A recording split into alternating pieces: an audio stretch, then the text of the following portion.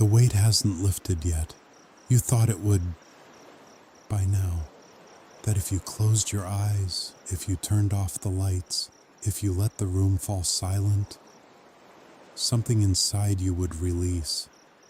But it didn't. The thoughts kept moving. The feeling kept pressing. And now you're here, in the dark, with everything you tried to put down still clinging to your chest like something alive, something that knows your name, something that won't let go no matter how many times you've asked it to leave. Maybe it's not even one thing anymore.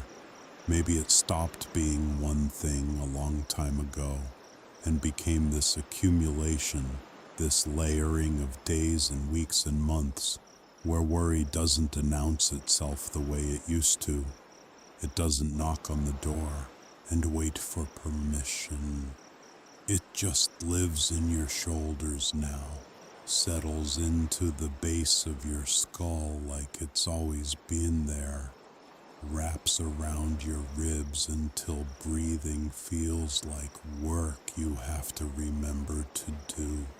The way your mind no longer asks permission to spiral, it just does, pulling you under without warning, without mercy, without any regard for the fact that you're exhausted, that you've been fighting this same battle for longer than you can remember, that you don't even know what peace feels like anymore, because it's been so long since you felt it. You don't even remember when rest stopped feeling natural, when lying down became another task on an endless list, another thing you're supposed to do but can't quite manage, when night became the hour you dreaded most, because it's when everything gets louder.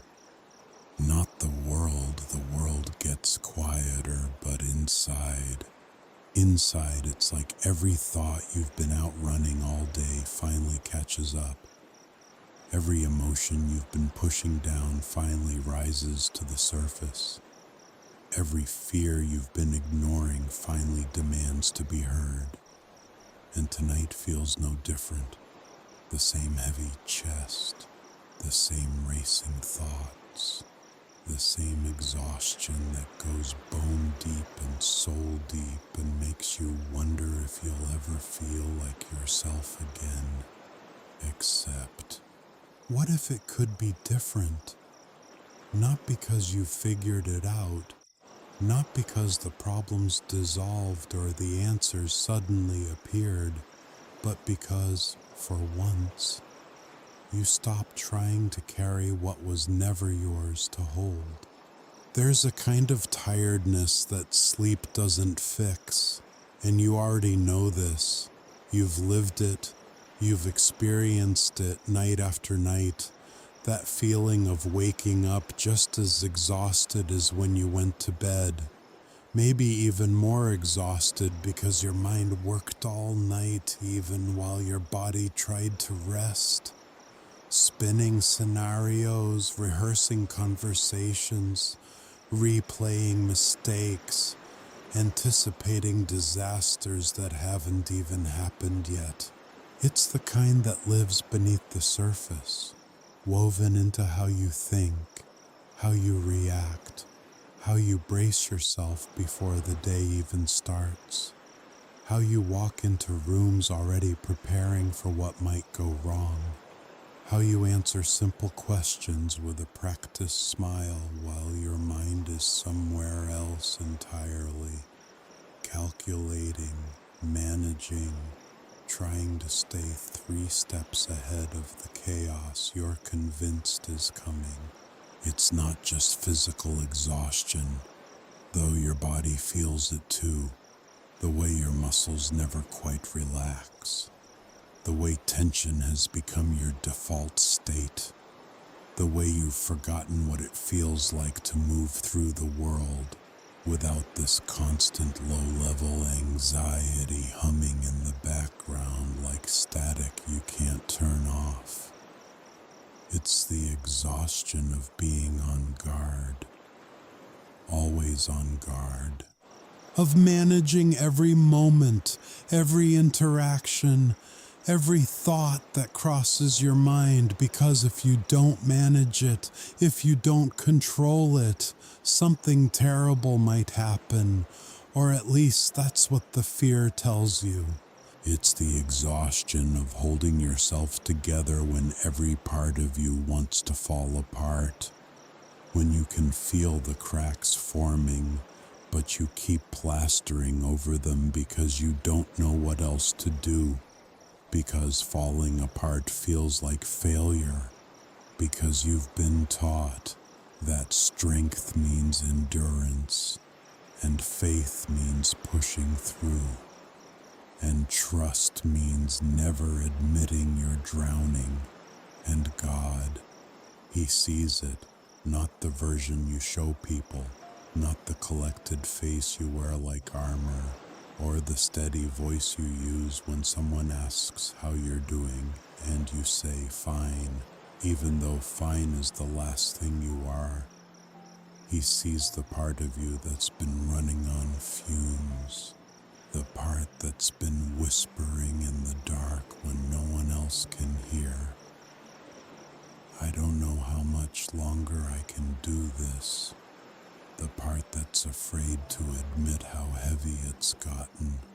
Because once you say it out loud, once you name it, it becomes real, and you're not sure you can handle it being real. But it already is real. And He's not asking you to pretend otherwise.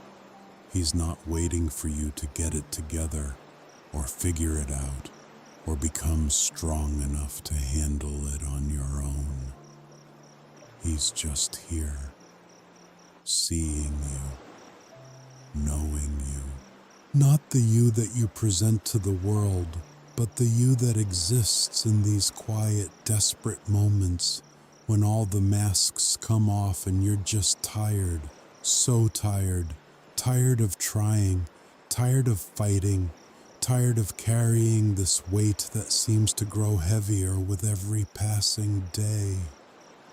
There's something He's been waiting to say, and it's not what you expect, not thunder or certainty or sudden clarity, not a lightning bolt of peace that erases everything in an instant, just a whisper, the kind you only hear when you stop resisting the silence, when you stop filling every gap with noise or distraction, or the next thing to worry about, when you finally let the quiet be quiet, and you notice that underneath all the chaos, underneath all the spinning thoughts and racing heart and shallow breathing, there's a voice that's been speaking all along, and He's saying, you can stop now. Not stop trying, not stop caring, not stop being who you are or doing what needs to be done. Just stop. Carrying it all like it depends on you. Like the entire world will collapse if you're not there holding it up with your bare hands. Like your atlas, and the weight of the sky is yours alone to bear. Because it doesn't depend on you, it never did. You've been holding your breath for so long that you forgot what it feels like to exhale, clenching your jaw without even realizing it, tightening your shoulders until they're practically touching your ears, gripping everything with white knuckles as if the moment you let go, the moment you loosen your grip even slightly, everything will fall apart. And maybe that's the hardest part, not the weight itself, but the fear of what happens if you put it down. What if everything does fall apart? What if you lose control? What if the moment you stop managing and planning and anticipating and preparing, something breaks, something important, something you can't fix? But here's what God knows. and what your body has been trying to tell you through every tight muscle and shallow breath and racing heartbeat.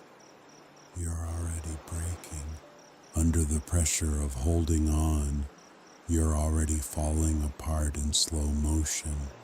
You're already losing pieces of yourself to this exhaustion, this constant vigilance, this fear that won't let you rest. So what if, tonight, you didn't hold on? What if, just for these next minutes, just for this one sacred moment in the dark, you let yourself be held instead of holding? What if you stopped rehearsing tomorrow's problems and catastrophizing next week's challenges and let this moment be exactly what it is?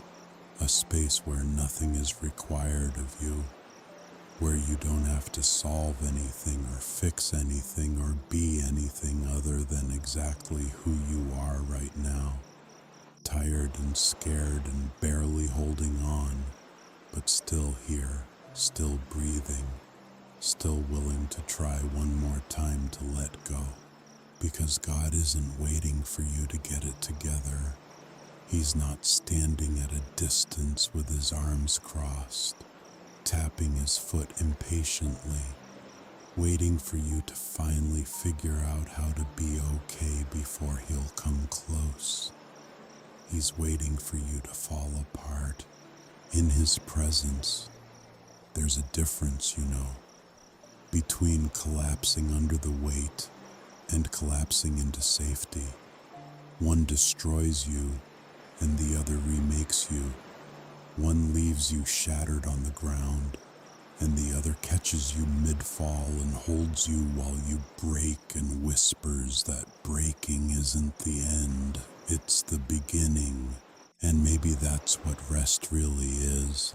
Not the absence of struggle or the disappearance of pain or the magical moment when everything suddenly makes sense, but the presence of someone who says, "I'll hold this, you don't have to," and means it, really means it. Not as a platitude or a religious phrase or something that sounds good in theory but doesn't help in practice, but as a real, tangible, solid truth that you can lean your full weight against and trust that it won't collapse beneath you. You've been taught that faith means endurance, that trust means pushing through, that strength is measured by how much you can carry without complaining, without breaking, without asking for help. And yes, there's a kind of strength in that. There's something to be said for perseverance and resilience and the ability to keep going when everything in you wants to stop.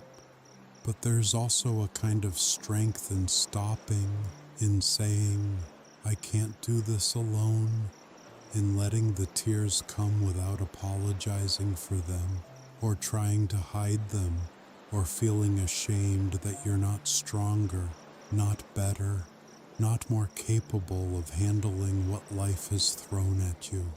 There's strength in admitting that your mind is a battlefield and you're tired of fighting, tired of the constant war between what you know is true and what your anxiety tells you is true, tired of trying to logic your way out of emotions that don't respond to logic, tired of being told to just pray more or trust more or have more faith, as if faith is something you can manufacture through sheer willpower when you're running on empty.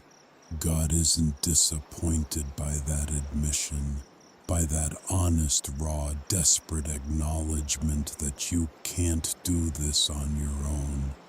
He's relieved because now, finally, there's space for him to move. There's an opening in all your striving and managing and white-knuckling your way through life. There's a crack in the armor you've been wearing, and that's where his light gets in. That's where his peace begins to seep through. Not when you're strong, but when you're weak. Not when you have it all together, but when you're falling apart. Not when you're certain, but when you're doubting everything you thought you knew. You see, he's not interested in your performance. He's not keeping score of how well you're managing or how many times you've succeeded versus how many times you've failed. He's not measuring your worth by your productivity or your peace by your ability to stay calm under pressure. He's just here, steady and unchanging and entirely unmoved by your chaos, waiting for you to notice that you don't have to earn his presence because you already have it. You've always had it, even in the moments when you couldn't feel it or see it or believe it was real. And maybe that's the invitation tonight. Not to fix yourself or pray harder or believe better or finally figure out the answer to the question that's been haunting you. Just to be here with him in the mess, in the exhaustion, in the quiet unraveling that happens when you stop pretending you're fine and you let yourself be seen, really seen.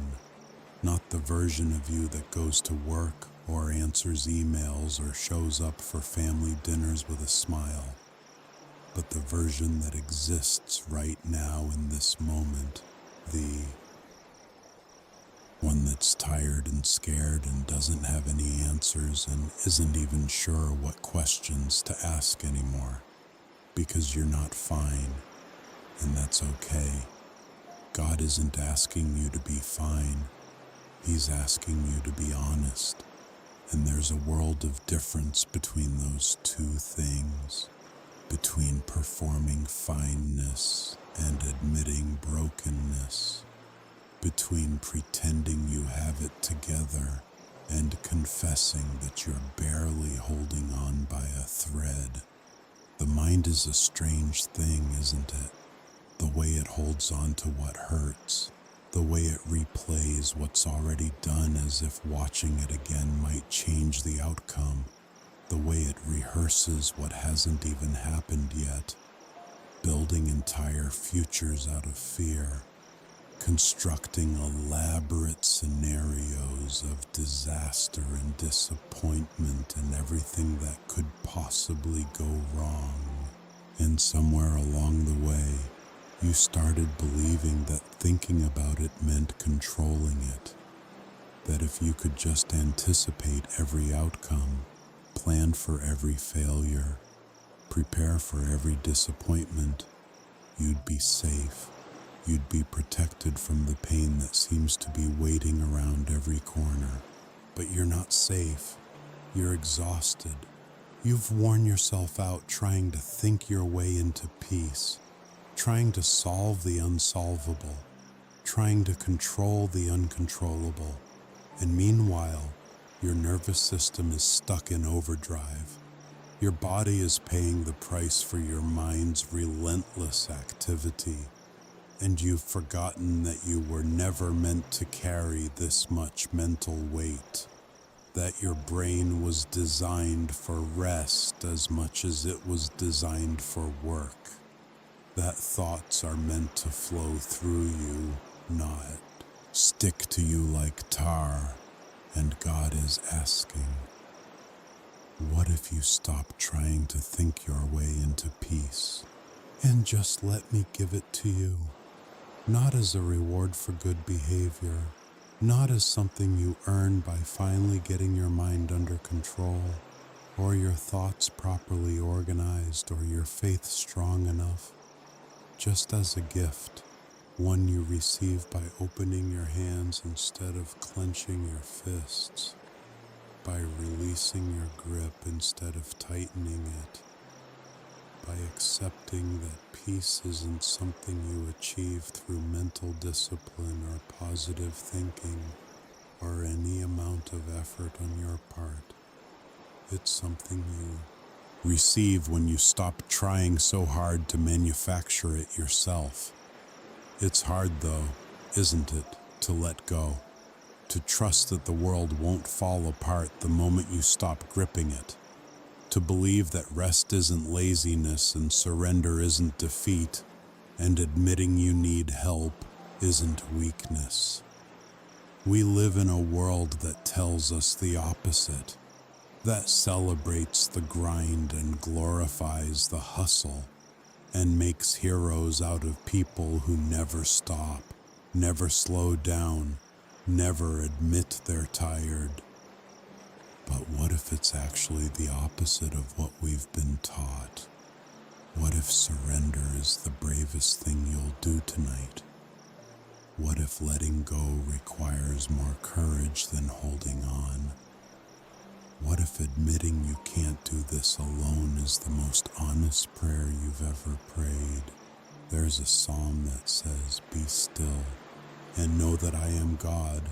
And for the longest time, you thought, be still meant sit quietly, behave yourself, don't move, don't question, don't make a fuss.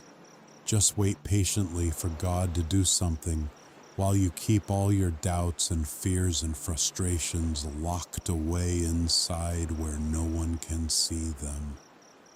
But it doesn't mean that.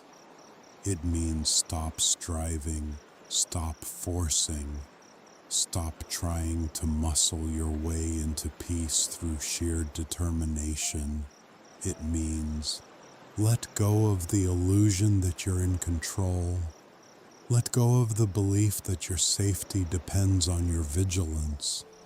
Let go of the exhausting work of trying to manage every outcome and prevent every disaster, and hold yourself together through sheer force of will and rest in the one who actually is in control. The one who's been holding everything together all along while you've been exhausting yourself trying to do his job. And maybe that's what your body's been begging for. Not more willpower, not another strategy for managing your thoughts or calming your anxiety or getting better sleep. Just permission to stop, permission to release the tension you've been carrying in your shoulders for so long that you don't even notice it anymore until someone asks you to relax and you realize you don't remember how. Feel your shoulders right now. Are they tight, pulled up toward your ears, braced for impact even though nothing is happening? When's the last time you let them drop? When's the last time you unclenched your jaw, softened your hands? Let your body remember what safety feels like, instead of constantly preparing for danger. God is here, in this room, in this moment. And he's not asking you to perform or prove anything or demonstrate your faith through your ability to remain calm under pressure. He's asking you to rest, not later, not when you've figured it out, not when you've solved all your problems or resolved all your conflicts or healed all your wounds, but now, right now. Even if your mind is still racing, even if the weight is still there, even if you don't feel peaceful, you can still choose to rest. Because rest isn't a feeling, it's a posture.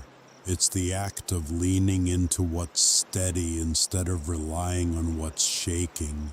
It's the decision to trust that God's got this, even when everything in your circumstances suggests otherwise. It's the choice to believe that he's bigger than your anxiety and stronger than your fear and more reliable than your best efforts to hold everything together.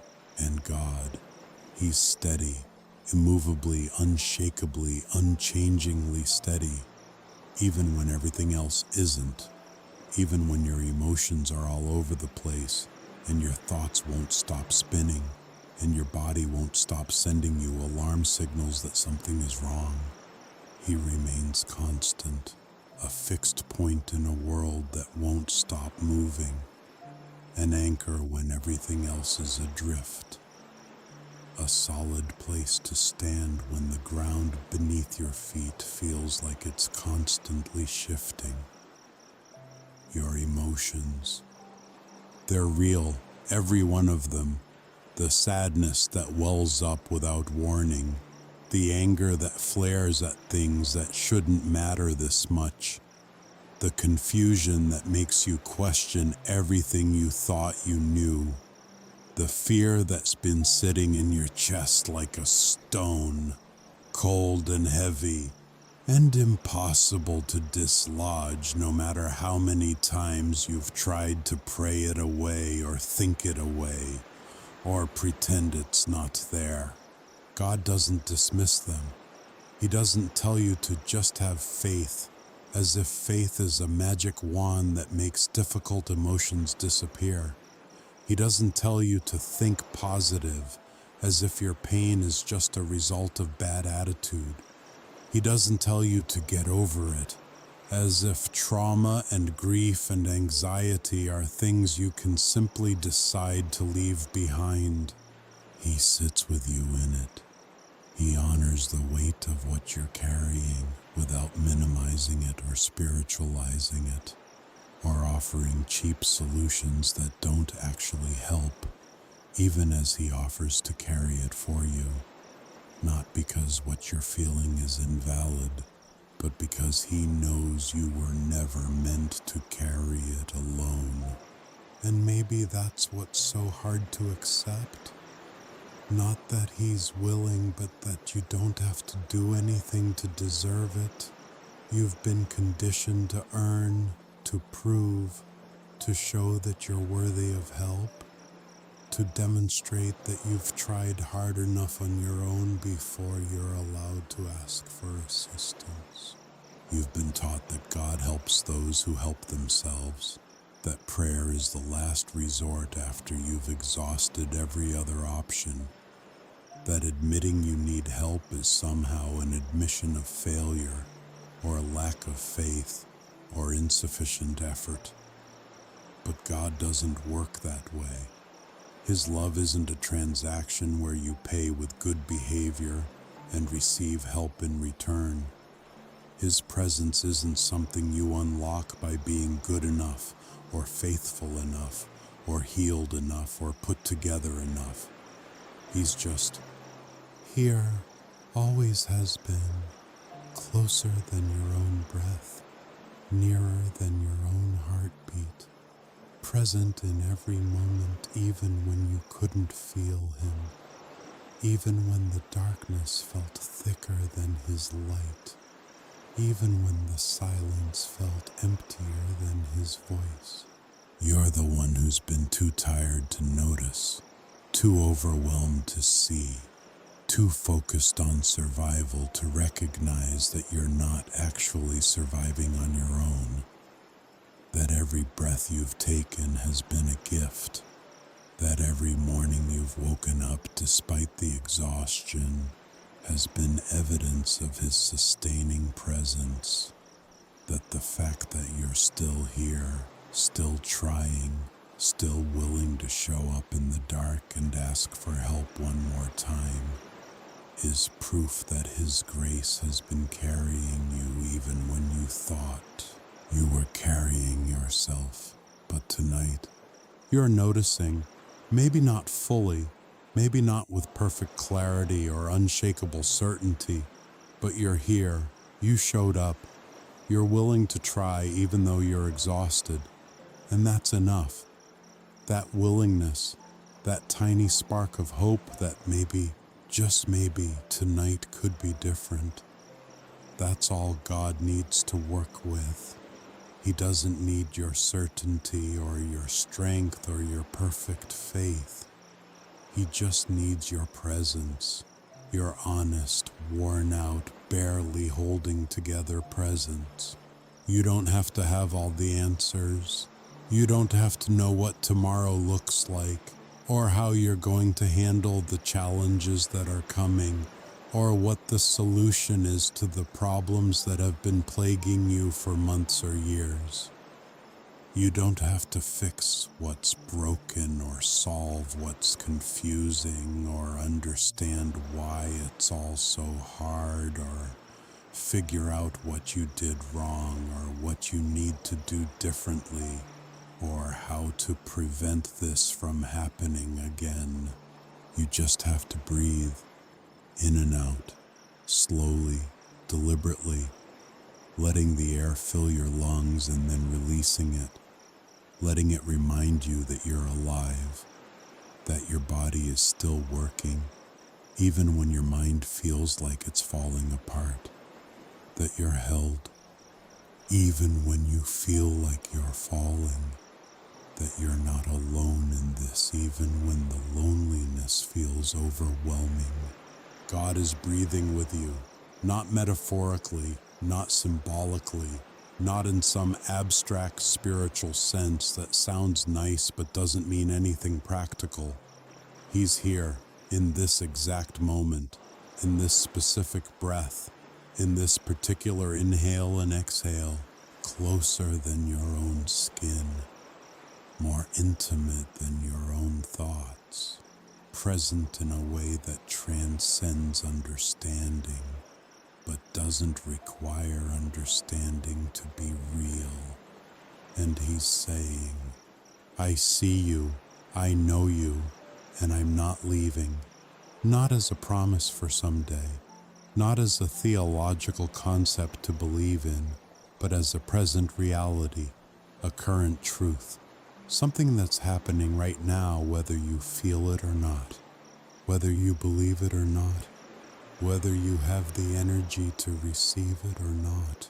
Even if you can't feel him right now, even if the darkness feels thicker than his presence, even if your doubt is louder than your faith, even if every part of you is screaming that you're alone and abandoned and forgotten, he's still here, and he's not going anywhere. He's not conditional. He's not dependent on your ability to sense him, or your capacity to trust him, or your success in managing your emotions. He's constant, unchanging, immovable, the one steady thing in a world that won't stop shaking. Sometimes, the most spiritual thing you can do is admit you're not okay, to stop putting on a brave face for God as if he doesn't already know, as if he's somehow shocked by your doubt, or surprised by your weariness, or disappointed by your anger, or concerned by your questions. He's not. He's seen it all before. He knows the depth of human suffering, and the weight of mental anguish, and the exhaustion of trying to hold yourself together when everything in you wants to fall apart. He's not scandalized by your honesty. He's invited by it. Your vulnerability creates space for his presence in a way that your pretense never could. So go ahead. Tell him. Not out loud if you don't want to. Not in eloquent prayers or proper religious language. Just let the truth sit between you. Let him see the parts you've been hiding, the bitterness you've been trying to pray away, the disappointment you've been trying to spiritualize, the exhaustion that's turned into resentment, the way you've been going through the motions because you don't know what else to do, because stopping feels like giving up and giving up feels like failure. He can handle it, all of it, every ugly thought and every desperate feeling and every moment of doubt and every flash of anger and every wave of despair. He's big enough to hold your pain without being diminished by it. strong enough to carry your questions without being threatened by them, loving enough to sit with you in the darkness without rushing to turn on the lights. And he won't love you any less, not one bit less, not even a fraction less. Your struggle doesn't decrease his affection. Your weakness doesn't diminish his commitment. Your doubt doesn't change his character. In fact, this is when his love becomes most real. Not when you're strong, not when you're certain, not when you have it all together and your faith is unshakable and your joy is overflowing, but when you're broken and you let him see, when you stop performing and start receiving, when you trade your strength for his and your effort for his grace and your understanding for his peace that passes understanding. Your mind has been working overtime, hasn't it? Trying to solve everything, trying to manage every variable, trying to predict and control and prevent the next disaster from happening. And somewhere in all of that mental activity, in all that planning and analyzing and catastrophizing and problem solving, you forgot that you're not supposed to carry the full weight of your life on your own shoulders. God never asked you to do that. He never designed you with the capacity to bear that kind of load. He asked you to walk with him, to trust him with the heavy things, to lean on him when it gets too much to carry alone. But instead you've been walking alone, carrying it all, telling yourself that you'll ask for help once you've exhausted every other option, once you've proven that you really can't do it on your own, once you've earned the right to need assistance, but you've already exhausted every other option. You've already tried everything you know how to try. You've already pushed yourself beyond your limits and then pushed some more. And you're still here, still carrying, still breaking under the weight of everything you've been holding. So what if tonight you finally put it down, not forever, not perfectly, not with complete confidence that you'll never pick it back up again, just for now, just for these next few breaths, just for this one sacred moment in the dark, when nothing else matters except this simple truth. You are not meant to carry this alone. Let the weight sit on the floor instead of on your chest. Let God hold what you've been gripping so tightly that your hands have gone numb. Let yourself feel lighter, even if just for a moment, even if the relief is temporary.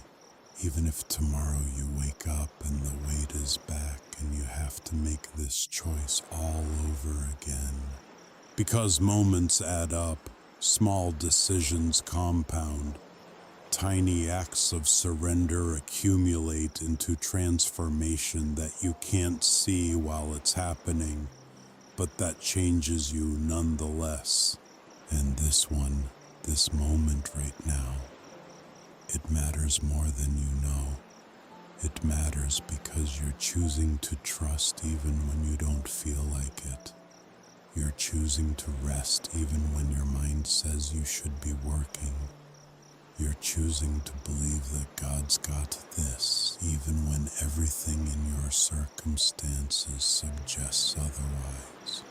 There's a kind of healing that doesn't happen in the light, that can't happen when you're distracted by productivity or surrounded by people or keeping yourself too busy to feel. It happens here, in the dark, in the quiet, in the vulnerable hours when you're too tired to pretend, when the walls come down not because you chose to lower them, but because you no longer have the energy to keep them up.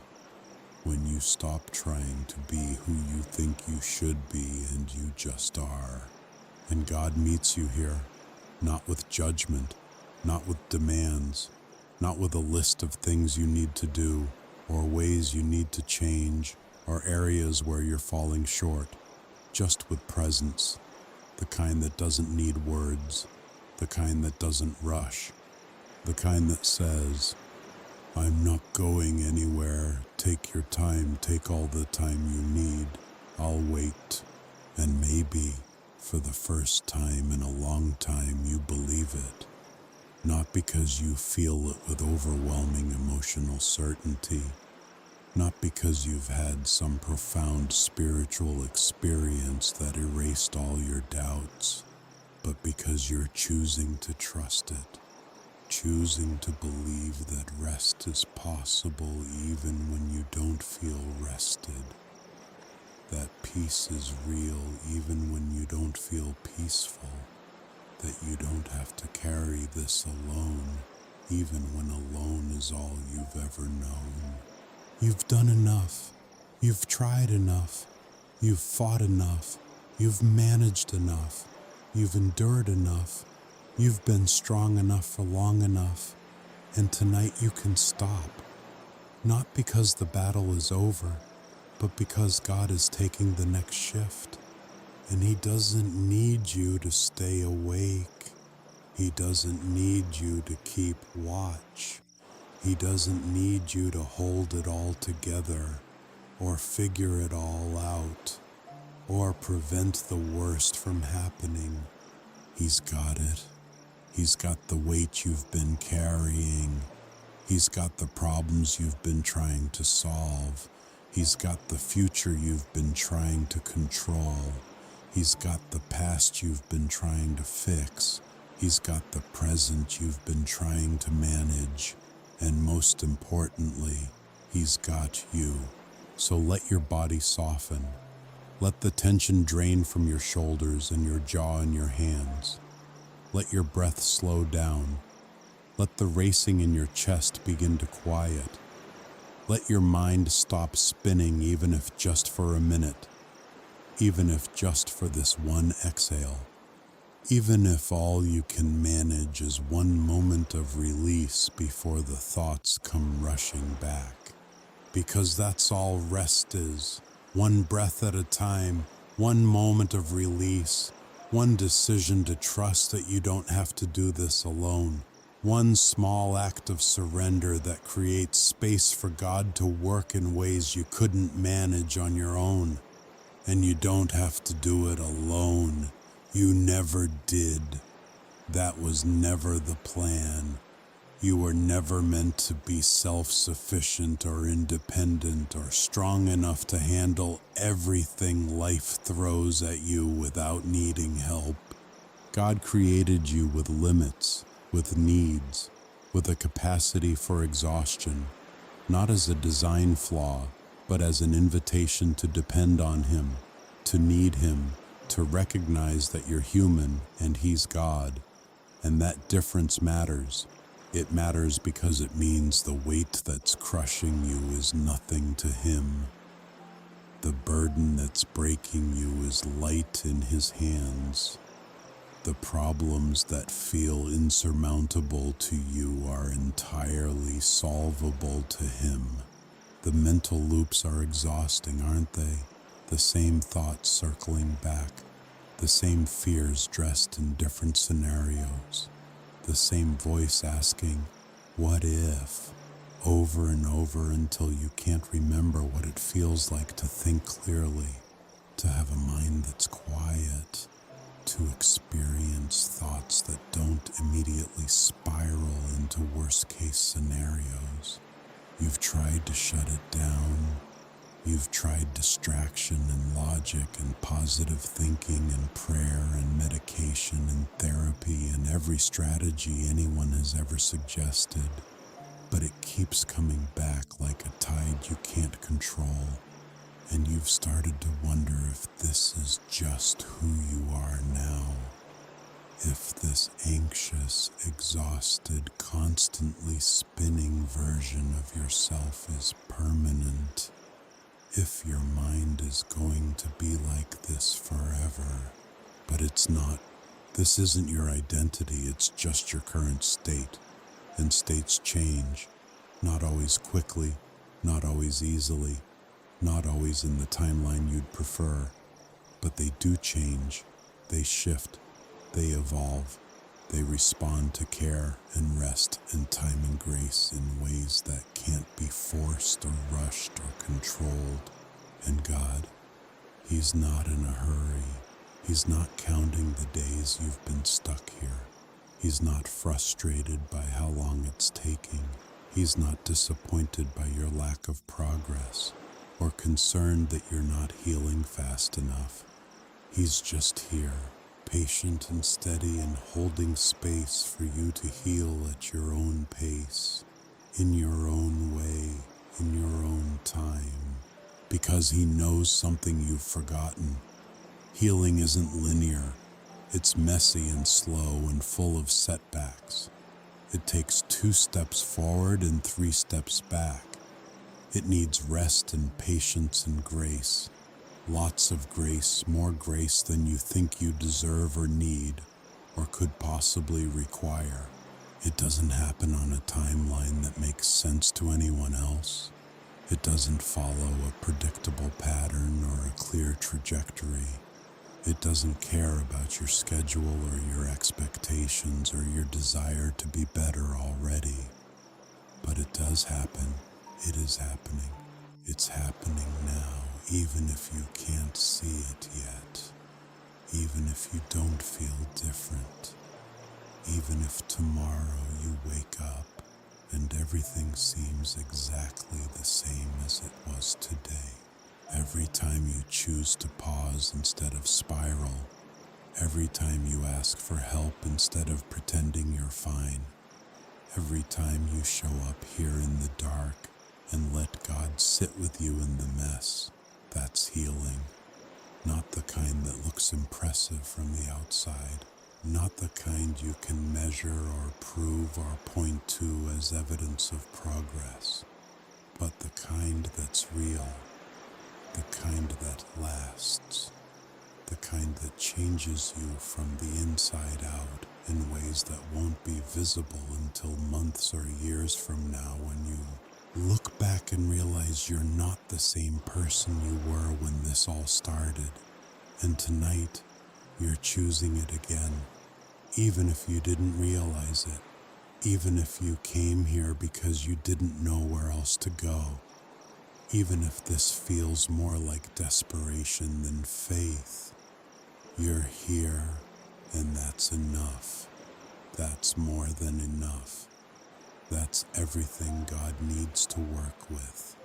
Your emotions don't need to be fixed. They need to be felt, not analyzed or justified or explained away or suppressed or controlled. Just felt, experienced, allowed to move through you instead of getting stuck inside you. The sadness, let it be sad. Don't try to talk yourself out of it or remind yourself of all the things you have to be grateful for.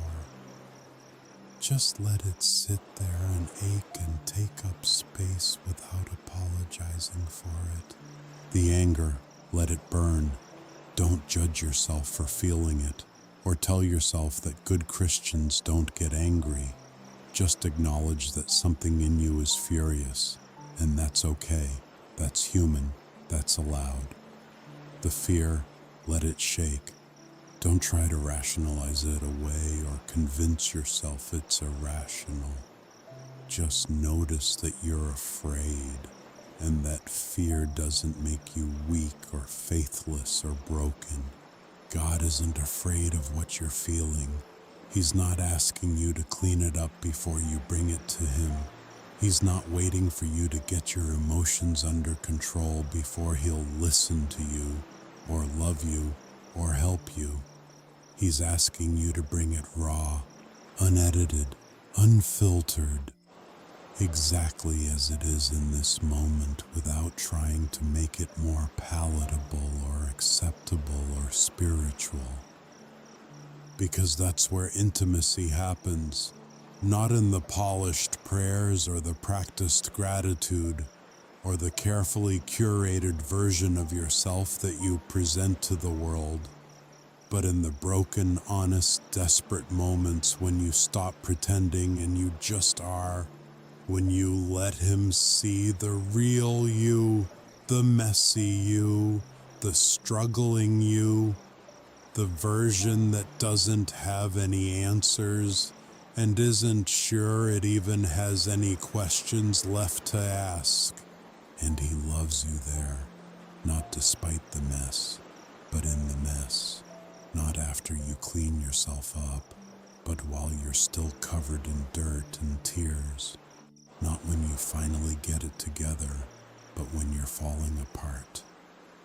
There's a difference between peace and numbness. You know, numbness is what happens when you shut down, when you stop feeling because feeling hurts too much, when you disconnect from your emotions and your body and your life because staying present is unbearable. But peace, real peace, is what happens when you feel it all and you're still okay. Not because the pain is gone, but because you're not alone in it. Not because the problem is solved, but because someone bigger than the problem is holding you through it. And that's what God offers.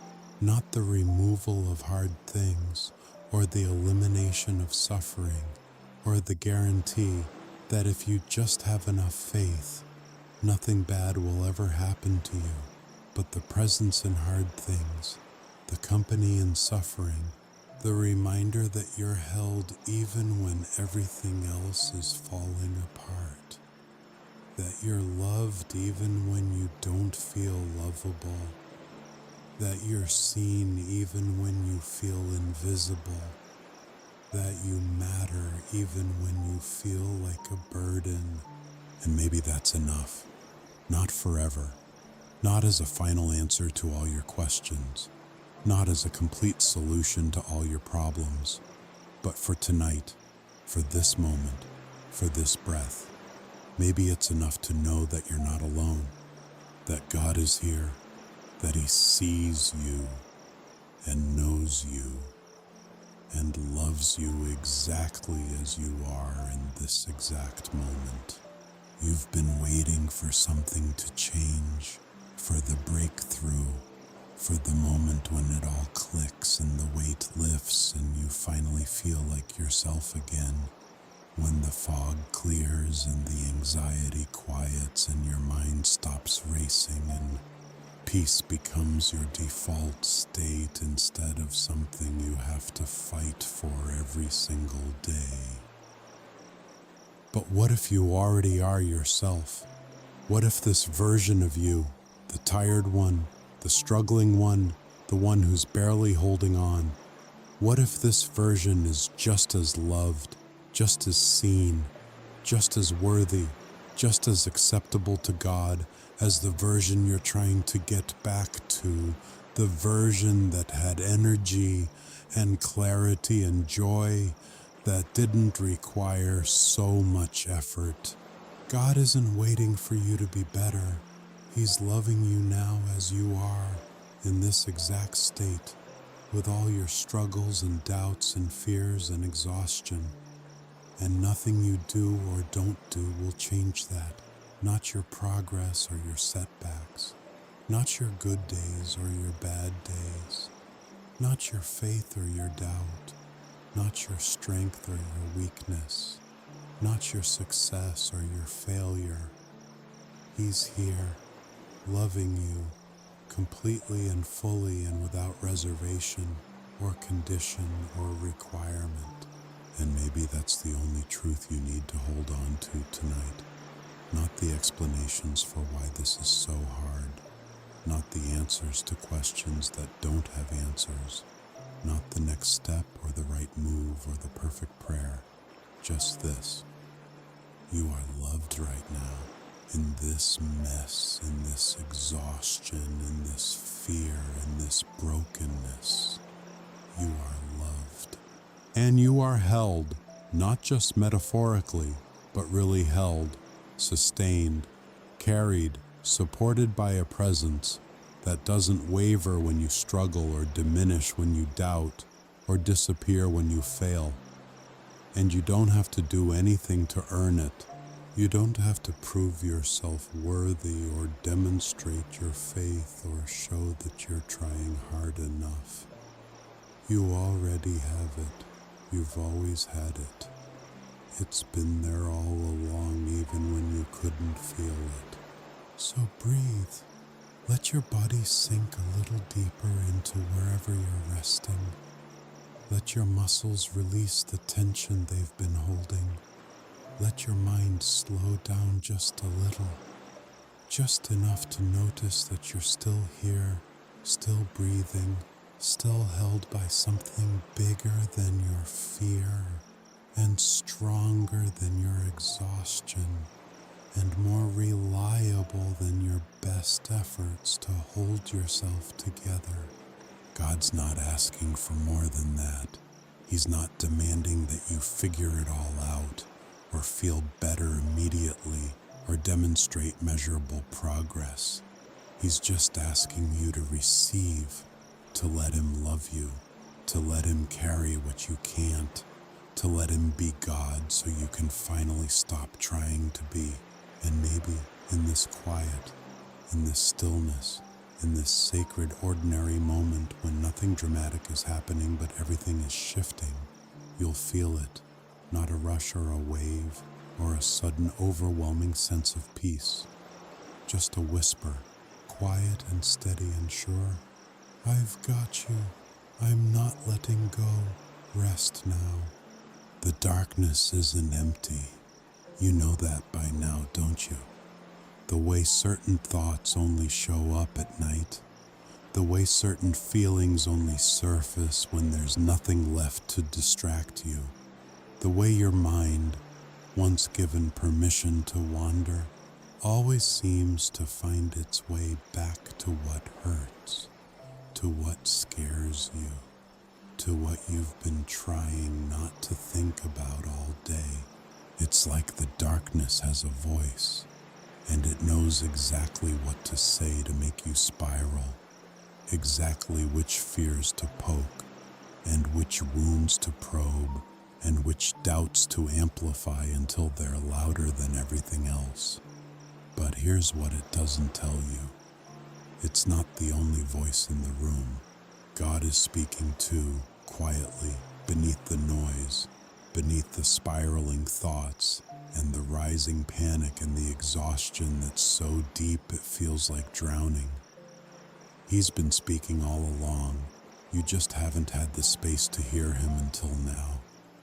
Until this moment when the world is finally quiet and there's nothing left to do, and the distractions have run out, and the defenses have crumbled, and you're just here, raw and open and vulnerable in a way that terrifies you, but also somehow feels like relief. And he's saying, this is where I meet you, not in the put-together moments, not in the victories or the clarity or the days when you feel strong and certain and capable, but here, in the mess, in the doubt, in the exhaustion that's stripped you down to nothing, that's left you with no pretense and no performance and no ability to hide behind the version of yourself you show to everyone else.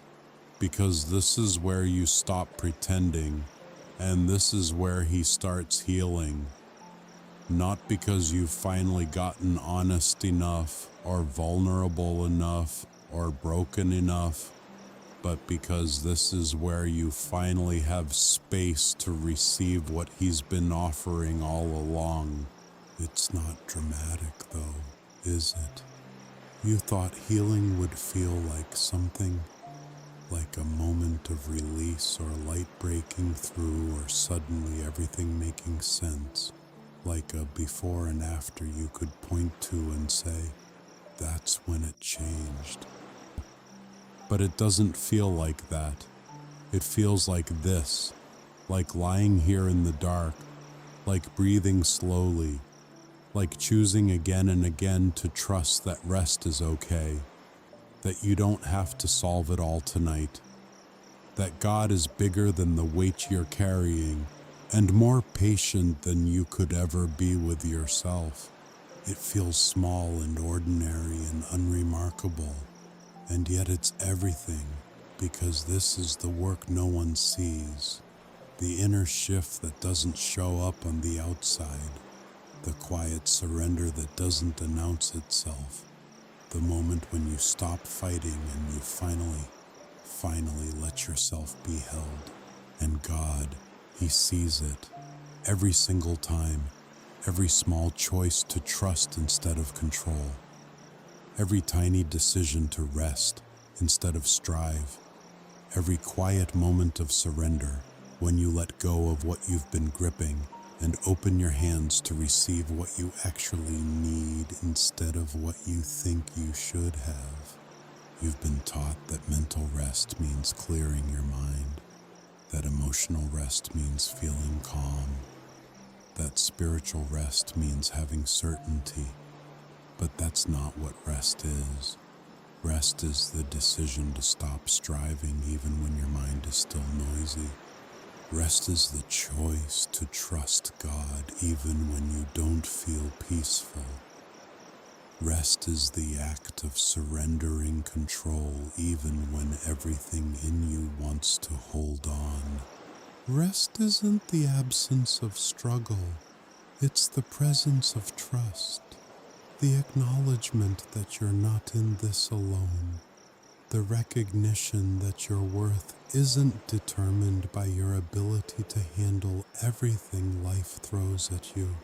And tonight you're choosing it, not because you have it all figured out, not because you suddenly believe everything will be okay, but because you're tired and you're done carrying what was never yours to hold, and you're willing, finally willing, to let someone else shoulder the weight.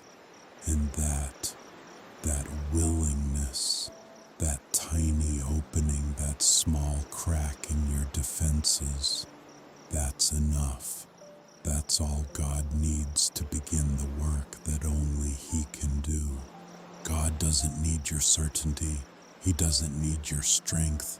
He doesn't need you to have it all together, or to understand how this is all going to work out, or to trust Him perfectly without any doubt or fear. He just needs your willingness, your openness, your honest, exhausted, barely holding on presence, and He'll do the rest. So let Him sit with you in the silence. Let Him hold the questions you don't have answers to. Let Him carry the weight you've been dragging around for weeks or months, or maybe years. He's not overwhelmed by it. He's not surprised by it. He's not disappointed by how heavy it is, or frustrated that you've been carrying it for so long. He's just ready to take it, ready to give you what you actually need instead of what you've been trying to manufacture on your own. And what you need is rest, not the kind that comes from solving your problems or fixing what's broken or finally figuring out the answer, but the kind that comes from knowing you're not alone in them, from trusting that someone bigger than you is holding them with you, from believing that you were never meant to carry this much weight on your own. Your mind is still going, isn't it? Even now, even as you try to settle, even as you try to let go, the thoughts keep coming, the worries keep circling, the what-ifs keep multiplying, and that's okay. You don't have to force it to stop. You don't have to fight it. You don't have to feel guilty for not being able to quiet your mind the way everyone says you should. Just let it be. Let the thoughts come and let them pass. Don't grab onto them. Don't follow them down the spiral. Just notice them like clouds moving across the sky. They're not you. They're just noise. And beneath the noise, there's stillness. You can't create it. You can't force it. You can't make it happen through effort or discipline or the right technique. But you can open yourself to it. You can make space for it. You can stop resisting long enough to notice it's already there. It's been there all along underneath the chaos, waiting for you to stop fighting and just rest. God's peace isn't something you achieve through mental control or emotional regulation or spiritual practice. It's something you receive when you stop trying so hard to manufacture it yourself, when you stop striving and start trusting, when you stop managing and start surrendering. And it's here, right now, in this exact moment, waiting for you to stop long enough to feel it, not as an emotion or a rush or a sudden overwhelming sense that everything is okay, just as a presence, steady and unchanging, and holding you even when you can't hold yourself. And maybe that's the miracle, not that everything gets fixed, not that the problems disappear, not that the anxiety vanishes or the depression lifts or the exhaustion melts away, but that you're held while it's still broken, that you're loved while you're still struggling, that you're seen while you're still lost, that God is not waiting for you to get it together. He's meeting you here, in the middle of it, in the mess of it, in the exhaustion of it. And he's saying, I see you, I know you, and I'm not leaving. Not as a promise for some day when you're better. Not as a theological truth to believe in abstractly, but as a present reality, as something that's true right now in this moment, whether you feel it or not. So rest, not because you've earned it, not because you've figured it out, not because you're finally okay, but because you're loved, and love says you don't have to carry this alone. Love says you can stop striving. Love says you can rest. So breathe slow and deep. Let the air fill your lungs and then release it. Let your body remember what it feels like to be safe.